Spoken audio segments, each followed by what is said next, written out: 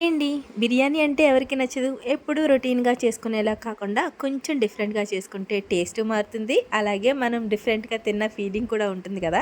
నేనైతే green chicken biryani చేస్తున్నాననమాట. Green అంటేనే అర్థమైపోయి ఉంటుంది. పుదీనా, కొత్తిమీర అని చెప్పి. ఫస్ట్ అయితే పుదీనా, కొత్తిమీర మిక్సీ జార్‌లోకి వేసుకొని 4 పచ్చిమిర్చి అలాగే ఒక టొమాటో వేసుకొని ప్యూరీ చేసేసుకోవాలి. తర్వాత చికెన్ తీసుకొని చక్కగా మనం పేస్ట్ చేసుకున్న ప్యూరీ ఉంది కదా! అది వేసేసుకొని దాంట్లోకి టేస్ట్‌కి సరిపడా ఉప్పు, కారం, హోల్ గరం మసాలా పౌడర్ ఇంకా కొంచెం పెరుగు కూడా వేసేసుకొని కలిపేసుకొని ఒక గంట పాటు మ్యారినేట్ చేయండి.